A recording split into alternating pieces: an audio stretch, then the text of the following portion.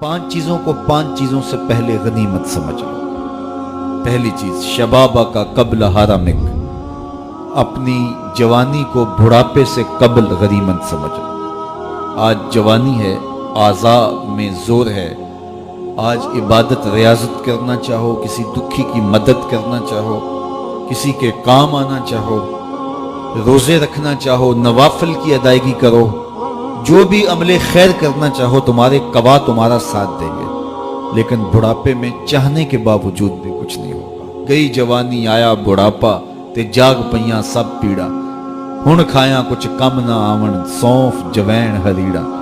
تو آج موقع ہے، جوانی کے لمحات ہیں، ان جوانی کو راہ خدا پہ ڈال دو۔ اور جوانی میں توبہ اللہ کو بڑی محبوب ہے۔ ایک روایت میں آتا ہے جب جوان توبہ کرتا ہے خوشی سے اللہ کا عرش جھوم اٹھتا ہے، عرش الہی جھوم اٹھتا ہے جوان کی توبہ سے۔ فرمایا میں اللہ کا حبیب ہوں، اور پھر فرمایا جو جوان جوانی میں توبہ کرے وہ بھی اللہ کا حبیب ہے۔ کتنی بڑی بات ہے۔ تو جوانی یاد الہی میں گزرے، ذکر الہی میں گزرے، تو فرمایا جوانی کو بڑھاپے سے قبل غنیمت سمجھ لو۔ پھر فرمایا صحت کا قبل سقمک، اپنی صحت کو بیماری سے قبل غنیمت سمجھ لو۔ صحت کے لمحات میسر ہیں، بیماری آتے دیر نہیں لگتی، تو صحت کو غنیمت سمجھتے ہوئے بھرپور فائدہ حاصل کرو، اور کوشش کرو، محنت کرو راہ خدا میں آگے بڑھنے کی۔ وغنا کا قبل فقرک، تیسری بات ارشاد فرمائی، اپنی غنا کے دور کو، مال و دولت کی فراوانی کے زمانے کو غنیمت سمجھو فقر سے قبل۔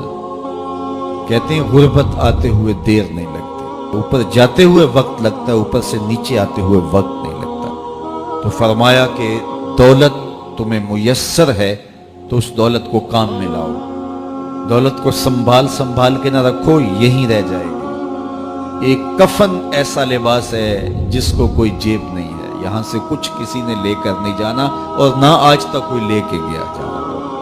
سکندر گیا جب دنیا سے تو دونوں ہاتھ خالی تھے۔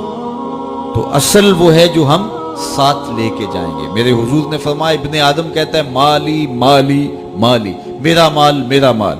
فرمایا اس کا مال وہ ہے جو اس نے کھایا یا پہنا اور پرانا کر دیا یا اس نے آگے بھیج دیا۔ فرمایا باقی اس کا نہیں ہے، یہ اس کے وارثوں کا ہے، وہ کفن بھی میلا نہیں ہونے دیں گے کہ بانٹ لیں گے۔ تو فرمایا غنا کے زمانے کو غنیمت سمجھو فقر سے قبل۔ چوتھی بات ارشاد فرمائی، فراغت کے لمحوں کو مصروفیت کے وقت سے قبل غنیمت سمجھو۔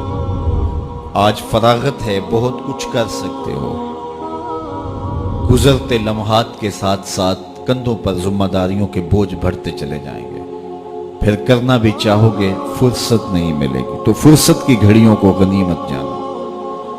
پانچویں چیز ارشاد فرمائی، وحیاتک قبل موتک، اور اپنی زندگی کو موت سے قبل غنیمت سمجھو۔ آج زندگی ہے، چلو بیماری صحیح، اعضاء مدمحل صحیح، فراغت نامیسر صحیح، دولت نہیں صحیح، کوئی بات نہیں ہے، اس کے حضور آنسو تو بہہ سکتے ہیں، اپنے گناہوں کی معافی تو مانگی جا سکتی ہے، جس طرح بھی بیٹھ کر کے لیٹ کر کے اس کے حضور عبادت کا رنگ تو اختیار کیا جا سکتا ہے۔ وضو نہیں ہو پاتا، اعضاء ساتھ نہیں دیتے، تیمم تو ہو سکتا ہے، لیکن ایک وقت آئے گا یہ سہولت بھی چھن جائے گی، یہ فرصت بھی باقی نہیں رہے گی۔ بندہ حشر کے دن جب پھنسے گا تو پھر کہے گا مالک ایک مہلت دے دے، دوبارہ دنیا پہ جاؤں، سجدے سے سر نہیں اٹھاؤں گا۔ تو حکم ہوگا نہیں، وہ وقت بیت گیا، تجھے فرصت ملی، وقت ملا، جوانی ملی، ڈوبتے سورج نے تمہیں روز پیغام دیا، اٹھتے جنازوں نے تمہیں روز پیغام دیا، لیکن تم نے عبرت حاصل نہیں کی۔ اب تمہارے لیے پلٹ کے جانا نہیں ہے، اب تم یہی رہنا ہوگا اور اپنے گناہوں کی سزا گوارا کرنی